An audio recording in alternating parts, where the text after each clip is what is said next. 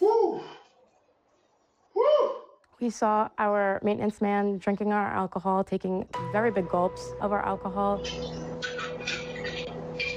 Consuming our alcohol straight from the handle, so taking it in straight to his mouth and dumping it into his mouth. And he was also seen passing out on our floor. That's right here. Right here, yep. This is in the middle of your apartment. Yep. With the door wide open in December. Mm-hmm. Roommates Andrea Papakostas and Alexis Nguyen watched the doorbell camera video that has these University of Georgia seniors afraid to sleep in their own beds. Do a dryer. It started when Michael Perkins showed up early one evening to install a new water heater at the Riverbend Club Apartments. Video shows he went right for their liquor cart. The police report says the maintenance guy then drank a whole bottle of liquor and passed out on the living room floor. You see him passed out on the floor. You see him get up, punch his hands, punch his palms. You don't want to come back? I'll follow you. You see him punch the wall by our front door. Punching his hands together and saying, "Come back so I can follow you." You don't want to come back? I'll follow you. The video shows Perkins wandering around the apartment for a while before eventually closing the front door around 7:45 p.m. But he didn't leave right away. He rang the doorbell, but a hand repeatedly covers the camera. That wasn't the end. Perkins appears at the door again at 4 a.m. the next morning.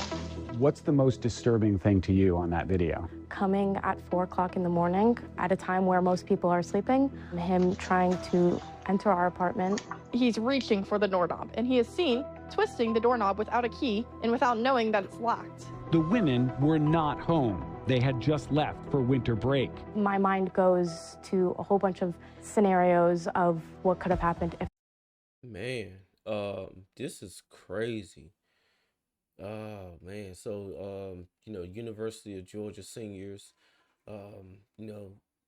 their apartment, the maintenance guy came in to install a new water heater and drunk their liquor, passed out on their floor, said some crazy stuff on his way out. Thankfully they had cameras, at the door as well as in their apartment so they could see this, and now they're aware. But I mean, this guy should definitely be fired and arrested and definitely nowhere near this campus, because this definitely could have been very bad. And I can understand why they would be scared in this situation. You got a strange man that comes back the next day at 4 a.m. where people are still be asleep, and I mean it's top of the morning. It's just like, oh man, it's really no excuse or anything that could definitely justify this, man. If I was sleeping or my roommate was sleeping in our rooms. Alexis was jolted awake by the sound of her Ring doorbell and watched the rest unfold via live video on the app. They're dead. He was heard saying, "They are dead," quote unquote, "they are dead." They're dead. What is this guy thinking? Clearly, it has to be about us, because you are outside of our apartment trying to enter at 4 o'clock, and then you are heard saying, "They are dead." Can I help you? It's 4:30 a.m. Yeah, I didn't hook up your water heater, and not only did I not hook up your water heater, but I left my phone. Hurry up and go get it, please. It's way Okay. too early. I'm sorry. I'm so sorry. I'll be very quick.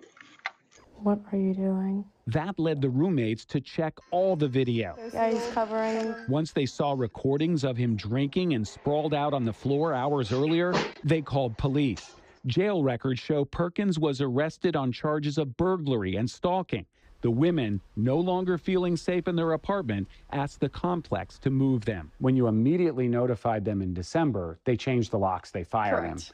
Then you guys send a letter through an attorney at the end of December. It's now the middle of January, Correct. and you're still in this apartment. Yes. And the apartment change, the unit change was big on our request, at least the bare minimum. It's been 2 weeks since you sent a letter asking to be moved, Yes. and it's been a month since he was arrested. Yes. And you're still in this apartment. Correct. So this happened a month ago, and you know, they changed the locks and they fired them, but you know, these two they you know, definitely still frightened from this whole ordeal, asked to be moved to the units. I mean, I feel like the apartment should have jumped on this immediately and moved them. You know, they shouldn't have had to come to the news with this story. You know, and as they were doing this story here, they're still in that same apartment. Um, man, they dropping the ball. You know, they should have definitely moved these kids, these students, out of this unit into another unit. Cause they could have just been like, you know, we want to, you know, move somewhere else completely. But they at least were trying to still stay in the same, you know, complex, but just switch units. I don't think that's a hard request. Yes, no action has been taken besides changing our locks. Riverbend Club Apartments and their attorney did not respond to multiple emails sent by Atlanta News First Investigates over a week. Records we obtained show the day after we recorded these interviews with the students, the complex offered to let them out of their lease and pay for the alcohol and moving expenses. Unfortunately, Riverbend Club does not have a unit available for them to relocate, the apartment's attorney told them. We were not able to reach Perkins in jail. I mean, my life is at stake. I feel like, who knows, after he makes bond, he might want to seek revenge that we put him in jail. My mind just wanders as to what could happen to me or my roommate. He knows where you live. Yes. Is that the biggest concern? Yes. I mean, he could make bond, and he knows why he was in jail. Correct. Because you called the police. Yep. Do you feel safe right now? I do not feel safe whatsoever. I've never felt more unsafe in my entire life. Guys are going out sad.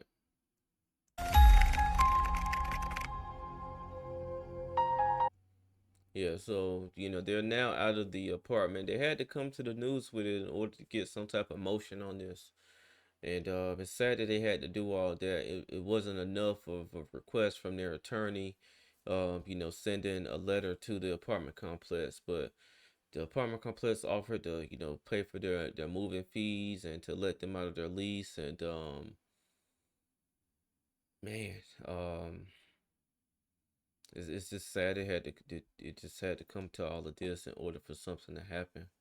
Because just say, for instance, they didn't go through an attorney or they didn't go to the news, they would still be, you know, stuck in that unit. But you definitely have to take these precautions, you know, safety precautions, because, you know, you just never know what's going on or what could happen potentially.